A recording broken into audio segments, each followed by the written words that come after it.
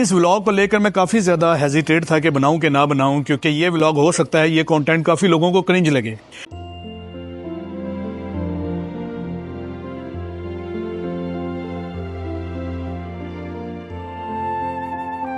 बाद फिर भी ये मसला रहा है।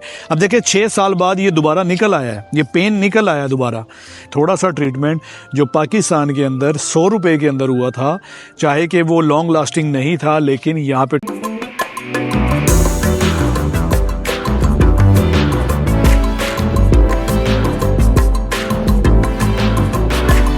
अस्सलाम वालेकुम, वेलकम टू विकी व्लॉग। आज का व्लॉग भी मलेशिया की लिविंग कॉस्ट के हवाले से है, लेकिन इस व्लॉग को लेकर मैं काफ़ी ज़्यादा हेजिटेट था कि बनाऊं कि ना बनाऊं, क्योंकि ये व्लॉग हो सकता है ये कंटेंट काफ़ी लोगों को क्रिंज लगे।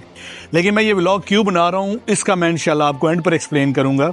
आज का व्लॉग मलेशिया के मेडिकल एक्सपेंस के हवाले से है। मेडिकल एक्सपेंस के हवाले से एक व्लॉग मैं पहले भी बना चुका हूँ, जिसमें मैंने आपको दिखाया था कि मेरे बाएँ पाँव का जो अंगूठा है उसका नाखून जो काफ़ी इन्फेक्टेड है, वो मेरी जो है जिल्द के अंदर चला गया, वो इन ग्रो हो रहा है, वो अंदर ही अंदर ग्रो कर रहा है। तो उस व्लॉग के अंदर मैं अपने घर के पास एक क्लिनिक में गया था और वहाँ पे उन्होंने सिर्फ मुझसे चेकअप करने को और एंटीबायोटिक्स देने का मुझसे 100 रिंगिट लिया था।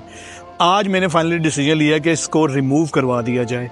अब ये नाखून को रिमूव करवाना पाकिस्तान के अंदर एक बहुत छोटी बात है और उसका बहुत कम खर्चा होता है, लेकिन मैं इस वक्त मलेशिया में हूँ। मलेशिया एक अफोर्डेबल कंट्री है, काफ़ी सस्ता कंट्री है। तो चले देखते हैं कि यहाँ पे ये ट्रीटमेंट मुझे कितने में कॉस्ट करती है। अम्पंग रोड के ऊपर ये क्लिनिक है जिसका नाम है सफ़ा। ये स्पेशलाइज्ड हैं इस चीज़ के अंदर कि जो आपके इन्फेक्टेड नाखून होते हैं उनको कैसे रिमूव किया जाए या क्या ट्रीटमेंट उनकी की जाए। तो मैंने इनकी अपॉइंटमेंट ली है। मैं बताना चाहूँगा कि मैं कॉरपोरेट इंश्योरेंस पर हूँ, मेरे पास AIA की इंश्योरेंस है, ठीक है। तो अब मैं यहाँ पर आया हूँ, तो मेरी 12:30 बजे की अपॉइंटमेंट है। मेरा सारा कवर तो इंश्योरेंस करेगी, लेकिन फिर भी मैं आपको दिखाऊंगा कि क्या चार्जेस होते हैं इनके।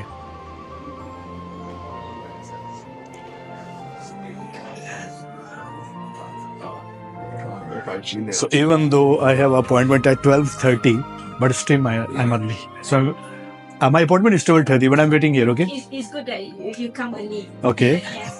Okay. So ये यार ये सीटिंग एरिया है इस क्लिनिक का, ठीक है। काफ़ी हाई फाई और VIP क्लिनिक है, क्लिनिक सफ़ा। मेरी 12:30 बजे की अपॉइंटमेंट है, लेकिन वो कह रही है कि चलो तुम जल्दी आ गए, देखते हैं क्या बनता है। आधा घंटा वेट, पहले आने का फ़ायदा कोई नहीं हुआ, आधा घंटा वेट ही करना पड़ा है। बारी आई है मेरी, तो ये डॉक्टर ऑफिस। हाय, अस्सलाम वालेकुम। Okay, This is the mirror. Okay, Alright. So in partial nail avulsion, then the procedure, what we do is because only this side is poking into the flesh, yeah. so we don't need to remove the whole tooth. So only the left side. Yeah, only on the outer, the problematic side. If Okay. it's both sides, then we can remove both sides, but we need to remove the whole tooth. Okay. So what we do ये treatment room में है, ने remove होगा, जैसा कि उन्होंने मुझे diagram बना के एक्सप्लेन किया है कि रूट कॉज क्या है। तो अल्लाह खैर करे। लोकल एनेस्थीसिया दे दिया मुझे, अभी वेट कर रहे हैं कि वो रिएक्ट करे। मैंने उसकी वीडियो नहीं बनाई, वो इसलिए नहीं बनाई कि वो काफ़ी पेनफुल देखने वालों के लिए भी हो सकती है। तो अब इसके बाद वो रिमूव करेंगे इंशाल्लाह। because people are afraid to do it and they have this ingrown toenail because they think that it's painful. Actually, with proper anesthesia, Yeah, I'm feeling nothing, no pain at all. yeah. So I can just see. if you give proper anesthesia, you can do it painless. Yeah, painless. It's actually painless. I'm not feeling anything.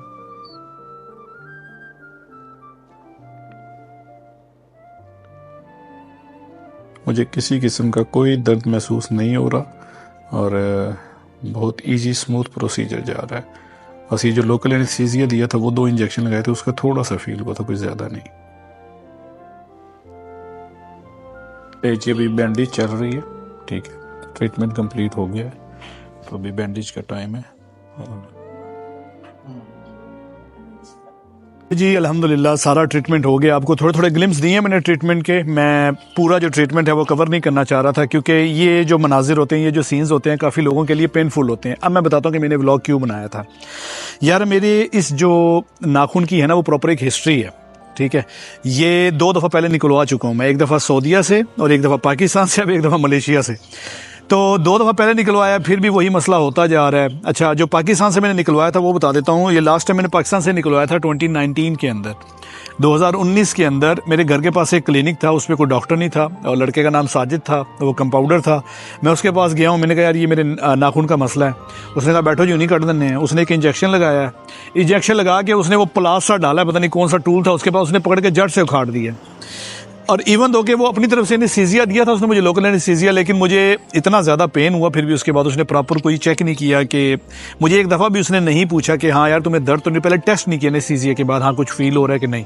बस उसने अपने तौर पे assume कर लिया कि anaesthesia मेरा ठीक था तो इसको दर्द नहीं होगा। काफ़ी पेनफुल था और मेरा बाकायदा उसके बाद इतना ज़्यादा ब्लड प्रेशर लो हुआ कि मैं ऑनेस्टली बता रहा हूँ कि मुझे चक्कर आए हैं, बाकायदा मेरी आंखों के आगे अंधेरा आ गया। लेकिन अब ये देख लें कि ये तो वक्ती कंडीशन थी। उसके बाद क्या हुआ, उसके बाद फिर भी ये मसला रहा है। अब देखिए 6 साल बाद ये दोबारा निकल आया है, ये पेन निकल आया दोबारा, ठीक है। क्या इसका क्या मतलब है कि उसने एक टेम्प्रेरी सा ट्रीटमेंट किया था और उसने जड़ से पकड़ के नाखून को निकाला, इसकी जड़ें नहीं निकाली। 100 रुपया लिया था उसने मुझसे, 100 रुपये के अंदर उसने वो जो ट्रीटमेंट था जो 100 रुपये के लायक था वो ही किया उसने। अब आज मुझे ये देखिए इन्होंने मेडिसिन भी दी हैं, अब आज इन्होंने मुझसे 285 रिंगिट लिए हैं। ये थोड़ा सा ट्रीटमेंट जो पाकिस्तान के अंदर 100 रुपये के अंदर हुआ था, चाहे कि वो लॉन्ग लास्टिंग नहीं था, लेकिन यहाँ पे 285 रिंगिट यानी पाकिस्तानी 15,000 रुपये में तकरीबन कमोबेश मुझे कॉस्ट की है। तो मलेशिया इज़ अफोर्डेबल कंट्री, यहाँ पे खाने पीने की चीज़ें सस्ती हैं, यहाँ पे लाइफस्टाइल काफ़ी सस्ता है, यहाँ पे अपार्टमेंट्स के रेंट काफ़ी सस्ते हैं, लेकिन यहाँ पे मेडिकल ट्रीटमेंट बहुत ज़्यादा महंगा है। उसकी बहुत सारी वजूहत हो सकती हैं कि यहाँ पे कंपाउंडर नहीं होते, यहाँ पे बेकायदा क्वालिफाइड डॉक्टर होते हैं। देखिए उसने डॉक्टर ने बेकायदा मुझे एनेस्थीसिया दिया है, उसके बाद वो टेस्ट करता रहा। 5 मिनट बाद डॉक्टर ने मुझसे पूछा है हाँ जी वहाँ पे मेरे टैप करके कुछ फील हो रहा है, मैंने कहा हो रहा है। कहता है इसका मतलब है एनेस्थीसिया की मुझे एक और डोज देनी पड़ेगी। और डॉक्टर जो है वो कहता है मैं पहले एज एनेस्थीसिया जो है वो एनेस्थीसिया जो भी वर्ड होता है वो काम करता रहा हूँ, मैं प्रॉपर एक प्रोफेशनल हूँ इस चीज़ का। और बाकायदा उन्होंने एक पूरे प्रोटोकॉल के साथ ट्रीटमेंट दिया। लेकिन मलेशिया के अंदर मेडिकल ट्रीटमेंट बहुत एक्सपेंसिव है। आप सिर्फ ये सोचें कि अगर मैं 1500 रिंगिट से 2000 रिंगिट पर मंथ पे काम कर रहा हूँ, जो कि यहाँ पे एक मजदूर की एवरेज सैलरी होती है। अब मेरा तो कॉर्पोरेट इंश्योरेंस ने कवर कर लिया ना 285 रिंगिट, लेकिन अगर मैं काम कर रहा हूँ 1500-2000 रिंगिट के ऊपर तो मुझे ये जेब से देना पड़ जाए, तो मेरी सैलरी का एक बड़ा हिस्सा तो एक छोटी सी ट्रीटमेंट के अंदर चला गया। और अगर खुदा ना खास्ता मुझे कोई बड़ी बीमारी हो जाती है तो मेरी सैलरी से ज़्यादा लग जाएगा मेरा डॉक्टर के एक चक्कर के ऊपर।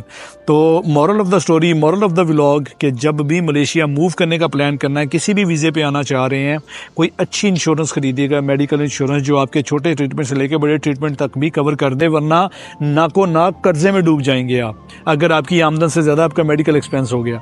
मज़ीद इंशाल्लाह मैं मलेशिया के लिविंग कॉस्ट के हवाले से दूसरे एस्पेक्ट्स पे भी इंशाल्लाह बड़ी जल्द जो है व्लॉग बनाने शुरू करूँगा। दूसरी चीज़ों पे भी मेडिकल आपको जो है जो यहाँ की लिविंग कॉस्ट है उसके बारे में गाइड करूँगा। अपना ख्याल रखिएगा। अल्लाह हाफिज़।